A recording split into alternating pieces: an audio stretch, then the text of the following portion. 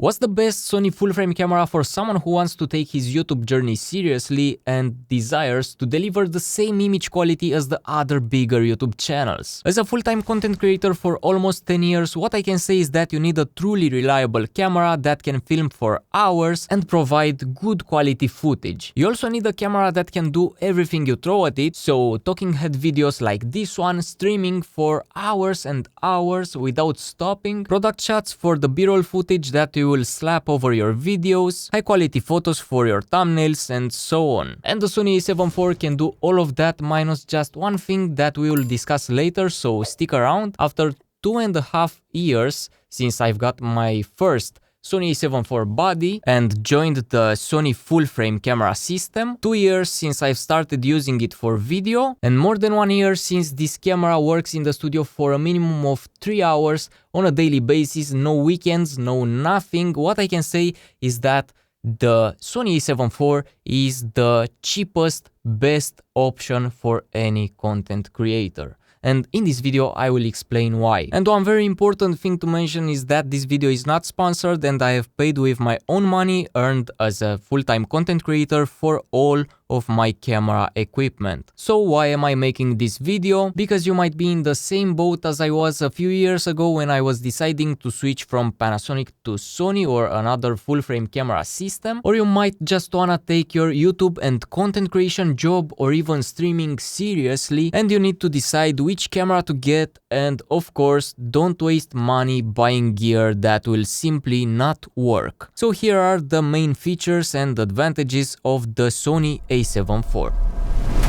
This is the newest hybrid camera from the Sony current lineup. It has an amazing 33 megapixel sensor, it has dual native ISO and it is great in low light. The 4K 30 FPS image quality is simply amazing, and that's because this is not a regular 4K footage, but it is oversampled from a 7K image, and that is made without pixel binning. It films in 10-bit and S-Log3, so you have a lot of flexibility in post if you want to color grade, and it also has a very good dynamic range. It has full-size HDMI and it can run for hours without stopping just by connecting it to a power brick like you are charging your smartphone, and it doesn't need a dummy battery for that. You just need your battery inside the camera. After the battery is fully charged by the charger, the charging will stop and the camera will run out of the power provided by the power brick. It also has dual SD card slots and the top one accepts also the CF Express Type A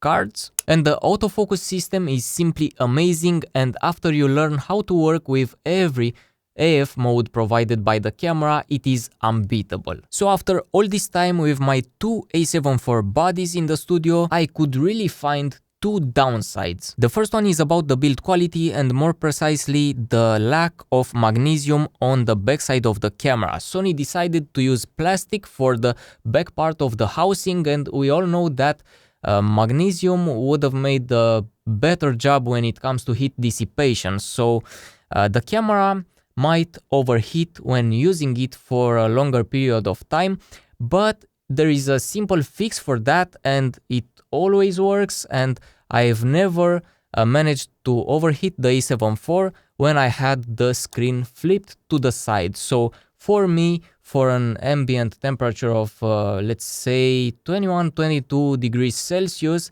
it is not a problem and I can film for 6+ hours with the A7 IV. I can stream with it for 8 hours without any problem. And the second one is that the camera cannot do 4K 60 without an APS-C crop. So the A7 IV might not be the best camera for slow-mo footage, but I have a solution for you. For product shots you can use a fluid head tripod and just do panning shots very slow and the footage will look amazing. You can also use a gimbal, and when you are in a pinch and you really need some slow-mo footage, just use the footage in the crop mode because it doesn't look that bad. I am 100% sure that you can grow a channel from 0 to 100k subs just with an A7 IV. Of course, with time your channel will grow and you will start earning money, and for sure after some time you will start looking into a second camera body for a second angle maybe, and that might be a good moment to look into an A7S3, ZV-1, FX3 or other camera that can do better when it comes to slow-mo footage.